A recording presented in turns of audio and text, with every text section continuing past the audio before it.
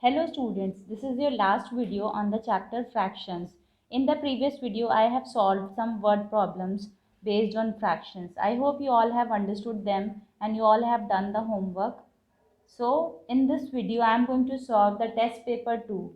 So in your maths book, there are some multiple choice questions also. So those multiple choice questions you have to do in the book itself, and there are some filling the blanks and true or false also. So you have to do all of them in the book. And if you are facing any difficulty in any question, you can comment in the comment section. I will solve that question in my next video. But you have to mention it very clearly that which question number and which page number on the book. Okay students, so let's get started without wasting your time. So the first question which I'm going to solve from the test paper 2 is question number 2, because question number 1 says that define fractions, vulgar fractions and improper fractions. So this you have to do by your own, because I have already explained this in my first video of fractions. So the second question says what should be added to 6 3 upon 5 to get 15.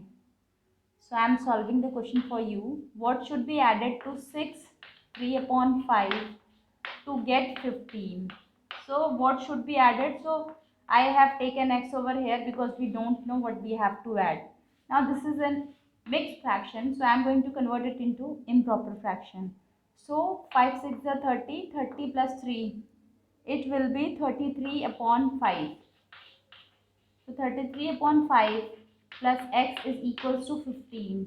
So as I told you, this if there is nothing in the denominator, we will consider it as 1. Now, students, as you can see, this 33 upon 5 is in plus over here on the left hand side. When it will go on the right hand side, the sign will be changed. So it will become like this, minus 33 upon 5. Now please tell me what is the LCM of 1 and 5. The LCM of 1 and 5 is 5 only. So I am going to multiply it by 5 to make it 5. Same goes with the numerator also. So what is 15 5s are? 15 5s are 75. So it is 75 upon 5 minus 33 upon 5. Now the denominators are same, so we can subtract like this. 75 minus 33 upon 5. Now 75 minus 33 is 42 upon 5. What it is? 42 upon 5. As all of the answers given in the book are in the form of mixed fraction, so I am converting it into mixed fraction. So it will be 5 8s are 40. So 8 2 upon 5 is the number which should be added to 6 3 upon 5 in order to get 15. So students, now I am going to solve the next question for you, that is question number 3. So students, now I am going to solve question number 2. Sorry, question number 3. It is of simplify. So I have written the question. It is written on the board. As you can see, all the three fractions are mixed fractions. So firstly, I have to convert all the three fractions into improper fraction. 6 9s are 54. 54 plus 5, 59 upon 6. Now here it will be 8 4s are 32. 32 plus 3, it will be 35 upon 8. Now it is 12 2s are 24. 24 plus 7, it is 31 upon 12. Now what is the LCM of 6, 8 and 12? When we will take LCM of 6, 8 and 12,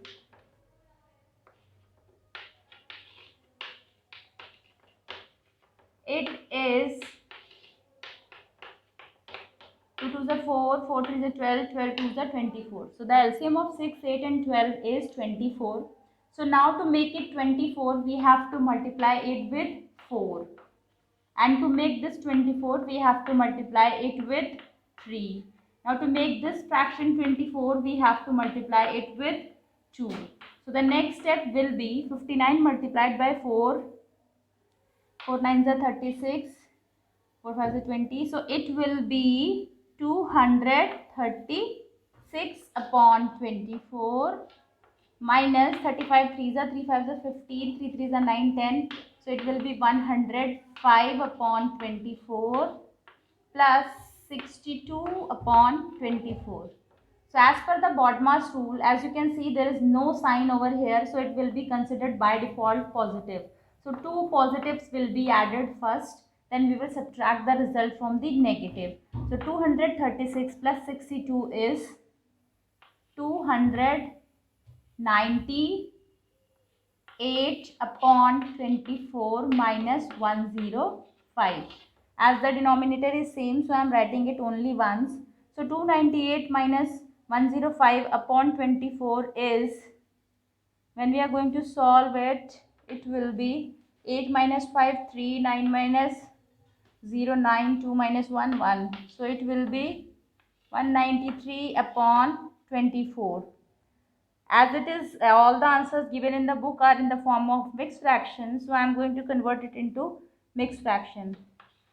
So we can write like this: 24 3s are 192, 1 upon 24, 3 1 upon 24. This is your answer. Now I am going to solve the next question for you, which is question number 4, second option. So please pay attention. So students, now I am going to solve this question. 5 upon 8 of a kilogram. It is the second option of question number 4. So as I told you, when there is no number over here, it is simply written kilogram. So we have to convert it into the next unit, next smaller unit. So the next smaller unit of kilogram is gram. So 1 kilogram is equals to how many grams? 1 kilogram is equals to 1000 grams, and of means we have to multiply. Now I am going to solve it for you. Simplify it. 8 ones are 8, 2 remainder, 8 2s are 16, 4 remainder, 8 5s are 40. Now I am going to multiply 125 by 5. So the answer will be 625 grams. Now the next question which I am going to solve for you is question number 6. That is question number 6. I am reading the question for you. The cost of 1 upon 4 kg of mangoes is rupees 189. At what rate per kg of the mangoes are being sold? So please wait, I am solving the question in front of you. So students, now question number 6, I have already read the question for you. So the cost of 1 upon 4 kg of mangoes is rupees 189. So we have to find out what is the cost of 1 kg mango, right? So first statement would be the cost of 1 upon 4 kg of mangoes, right? So it is rupees 189, right? Now what is the cost of 1 kg? So cost of 1 kg mangoes is equals to, what you have to do? You have to divide it, rupees 189 divided by 1 upon 4. So as I told you, 1 upon 4 is a mixed fraction, so we have to convert it into improper fraction. So it will be 21 upon 4. And as I told you, when we are dividing a number, the first fraction remains unchanged, and the next one we have to take the reciprocal of that. So I am going to take the reciprocal of this fraction. So it will be 189 into 4 upon 21. Now 21 ones are 21, 21 nines are 189. So the price of 1 kg mango is rupees 36. Now I am going to solve the next question for you. That is question number 9. So please pay attention. So students, now each side of a square is 5 2 upon 3 meter long. Find its area. This is ninth question. What is the side of the square? It is 5 2 upon 3 meter. As it is a mixed fraction, I am converted into improper fraction. So it will be 17 upon 3 meters. So this is the side of the square. So we have to find out the area of the square. So the formula for area of square is side square. So side square, we have to multiply 17 by 3 2 times. Side into side.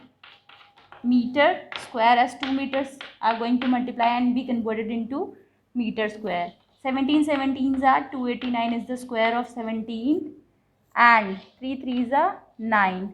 So this is 289 upon 9 meter square. As all the answers are given in the form of mixed fraction, so I am going to convert it into mixed fraction. 9 threes are 27, 9 twos are 18. So it will be 32 1 upon 9 meter square. So this was your test paper 2 of the chapter fractions. Now I am going to start the new chapter, which is decimals. So please pay attention. So students, now I am going to start the new chapter, which is decimals. So I will be introducing the chapter. I am not going to give any work from the chapter decimals. So what are decimals? You must have studied in your class 6 also that what are decimals, how do we add or subtract the decimals. So what are decimals, students? Yes, you all are right. The numbers expressed in decimal forms are called decimals. Like this is 2.123, 7.40, 5.023. So these all are the decimals. So the numbers which are expressed in the decimal forms. Because whenever we are dividing any number by the particular number, so it's not necessary that every time we get the remainder 0. Sometimes the remainder is not 0. So in that case, we have to put a decimal to continue the divide further and get the remainder as 0. So this is, you are studying it from class 4 also, how do you divide the numbers having points. So the numbers having decimals are the decimals. Now what are the parts of decimals? A decimal number has two parts. This part is the whole part because this is a whole number that is on the left hand side. So the part at the left hand side of a number, decimal number, is the whole part, and the part at the right hand side is the decimal part. Okay students, so the part on the right hand side is the decimal part. Now what are the types of decimals? That means how many types of decimals are there?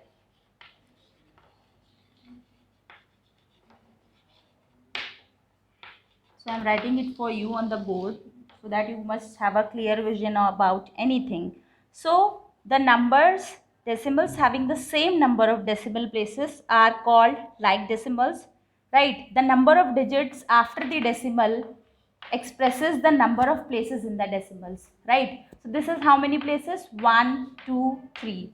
That means this number has 3 decimal places.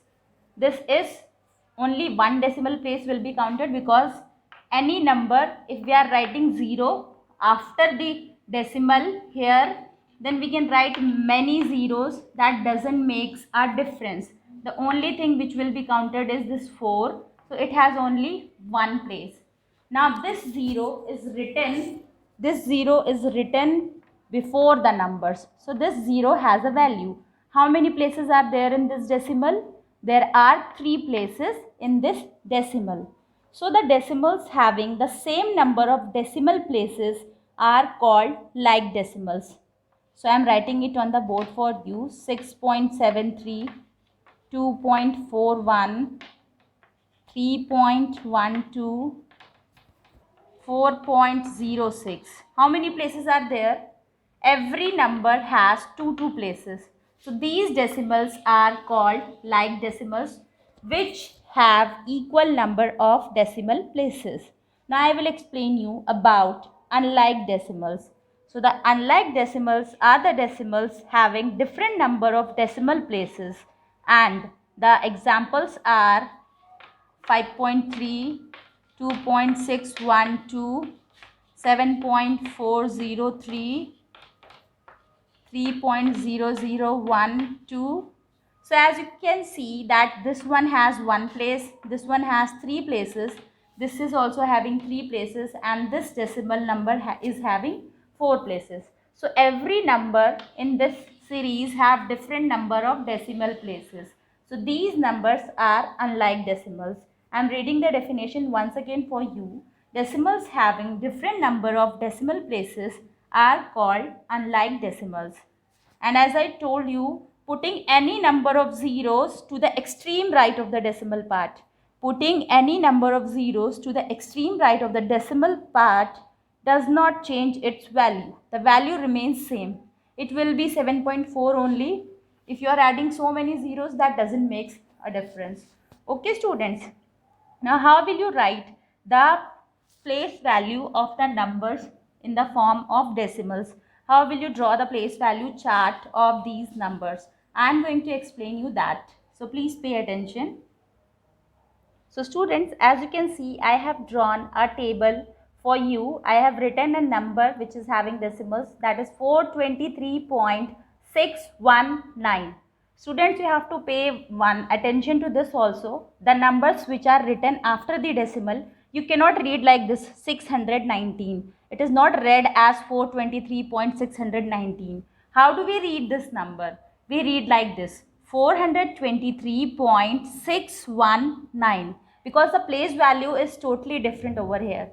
So firstly we will learn to find out the place value of the left hand side numbers. So the numbers on the left hand side, which are the whole part of the decimal, we used to write the place value as I have taught you in the number system chapter: ones, tens, hundreds, thousands, 10,000, lakh, 10 lakh, crore, and then 10 crore, right? So on the right hand side there is a slight different. How do we write the place value? This is not written tenths. We do not start from ones, we start from tenth. It is not tens, it is tenth. In tenth means it is 6 upon 10. What is the place value of this number? It is 6 upon 10. So when we will express it in decimal, it will be 0.6. So as you can see that it is only one number after the decimal. Now the place value of 1 will be hundredth. Hundredth means THS will be there at the end. So the place value will be 1 upon 100. Now how will we write this number? We will write like this 0.01. Now the last number is 9. The place value is thousands. THS is there at the end. So we can write like this. The place value is 9 upon 1000, and we will write like this 0.009. So this was decimals. I am not going to give you any homework from the chapter decimal. This was just the introduction of the chapter. The test paper which I have solved in the video, the questions which I have solved are your classwork. The questions which will be having tick mark are your homework. So students, I hope you must have understand the video. Thank you so much. Have a good day. Subscribe the channel and press the bell icon.